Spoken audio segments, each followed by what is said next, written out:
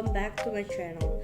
Before we start, let me introduce myself because maybe some of you are new here. My name is Patricia NdoenBoey and I'm a student of English Literature Study Program from Flores University. Today's video is actually my final project for my course, English Phonetics and Phonology. Before we go to dive deep about today's topic, we actually need to understand macro perspective of what this subject is all about. To understand the academic science behind this topic, let's look at the textbook definition. Peter Roach in his textbook said, "Phonetic is the study of how we physically produce and perceive speech sounds, while phonology is about the abstract sound system." But in this project, we want to see how this sound system works as a real-world weapon, what we call a vocal defense. To analyze this defensive weapon, we need to look at how the melody of speech is structured, which is bring us to our next expert. There is J.C. Wells. In his books, English Intonation, defines intonation as continuous rising and falling melody of spoken language. Wells argues that pitch variation is not random. It is systematically structured, like spoken punctuation, that signals the speaker's attitude, focus, and boundaries. To analyze this behavior, we track what we call rising contours and falling contours to decode hidden emotional data. But how does a psychological boundary turn into an actual physical sound? Let's look at the biological connection. Klaus Seher established that our fundamental frequency or pitch directly mirrors psychological stress. When you feel a sudden threat, a massive adrenaline surge causes your vocal cords to tighten up. It makes your pitch spike instantly. This creates a vocal shield, where a speaker subconsciously manipulates their voice to defend their personal or legal territory. When we combine Wells' melodic structure with Seher's stress psychology, we finally get our mind synthesis. It is the systematic analysis of how humans rapidly shift their pitch register into extreme high frequency range to survive a confrontation. It acts as an involuntary biological distress alarm and conscious tactical boundary against perceived threats. Let's look at our first data case. Imagine an adult female driver who is currently staying or lodging temporarily in a specific area during a cross-country trip. Because she is staying there, she feels okay with the streets and does an illegal U-turn because she is just following the Google Maps. However, when law enforcement pulls her over, the officer becomes highly suspicious. They feel she looks unstable and confused, so they immediately assume she is acting suspicious or hiding something. But in reality, she's just a tourist who got confused by the navigation. Her linguistic objective here is to stay rational, clear up the police suspicion, and explain the navigation mistake.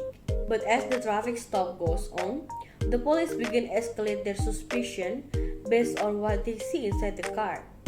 And this completely shatters her calm voice melody. Let's chart the breakdown. At first, her voice is completely flat and polite, but then the officer questions start to get out of hand because it is their job to be alert.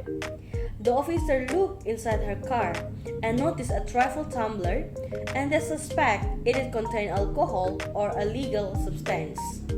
As she fumbles around her car looking for the digital insurance card to prove her innocence, her pitch momentarily stumbles into a falling contour because her brain is experiencing heavy cognitive load.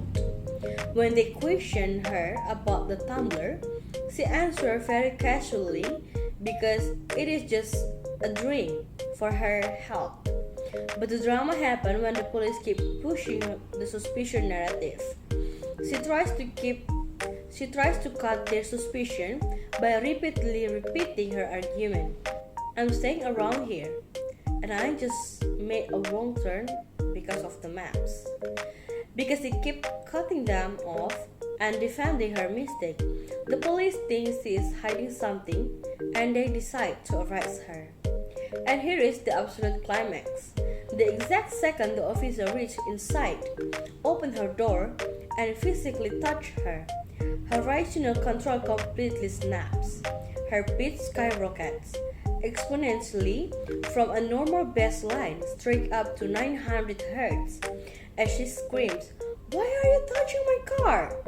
This extreme pitch spike is a pure involuntary biological threat response. She wasn't just screaming because she was angry. Her voice exploded because she was completely frustrated at being treated like a criminal just for getting lost on the maps. Her body literally went into biological fight or flight mode. Well, that is the case 1. Now, let's contrast this frustrated rational defense with a completely different psychological profile in our second case. Case 2 is a completely opposite vibe.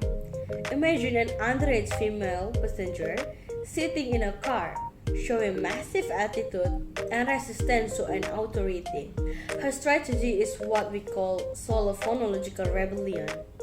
Unlike the driver in case 1, this girl is not trying to be rational. She is not lost and she doesn't care about her rights. She is intentionally weaponizing her high pitch as an aggressive tool to mock the officer and show theoretical dominance. Let's chart how the theoretical voice transition and eventually hits a massive breaking point.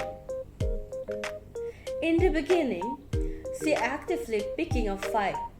She sustains a very high, sharp pitch register just to be heavy and sarcastic, yelling things like, "There's no reason to yell at me," and "Well, shoot me, shoot me." Her voice is rising, but it is still a theoretical mask that she controls to look tough. But then, the officer decides he has had enough and initiates a physical arrest. The exact moment the cold metal handcuff touched her wrist, her fake tough girl persona instantly shatters. Her pitch spikes into a jagged, uncontrolled, and desperate acoustic scream. "Arrest me for what?" Her voice moved in milliseconds from theoretical aggression to pure, unedited panic. This proves that when real consequences hit, our fake theoretical pitch will always collapse into raw human survival sound. Now that we understand how English speakers use pitch under stress, let's look at the absolute best part of my field work, the cross-linguistic comparison. How does this defensive pitch compare across different cultures? This is where it gets fascinating. First, English defensive pitch use a continuous pitch escalation across the entire sentence, keeping a high melody to actively block the accuser authority. Second, in Indonesian defensive pitch, we don't do that. We rely heavily on initial conversational tokens like "di" or "huh." The massive pitch spikes in anchored strictly on that single token to stun the accuser, while the rest of the sentence immediately drops into a flat, fast, and complete speed rhythm. The third, in my local defensive pitch, we use cultural anchors like "NdoenBoey" or "ngero" for instant high-pitched protests.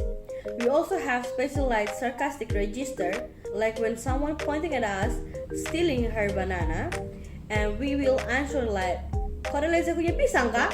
The pitch hits a sharp peak on "ka", and we close it when aggressive rising contour on challenge like, "Kau punya maksud apa?" to demand accountability for the occasion. This cross-cultural data lead us to the final conclusion of this presentation. In conclusion, panic is a universal biological trait, but the acoustic path we use to defend ourselves is culturally unique. This project really helped me understand pitch control, so I can monitor my own tone in the future. It shows that our voice is not just about grammar, It is an immediate reflection of our psychological boundaries. And I think that is all that I can share with you all. Thank you so much for watching my final project presentation. I hope you'll learn something new about the power of intonation today. Don't forget to like, comment, and subscribe to my channel. See ya!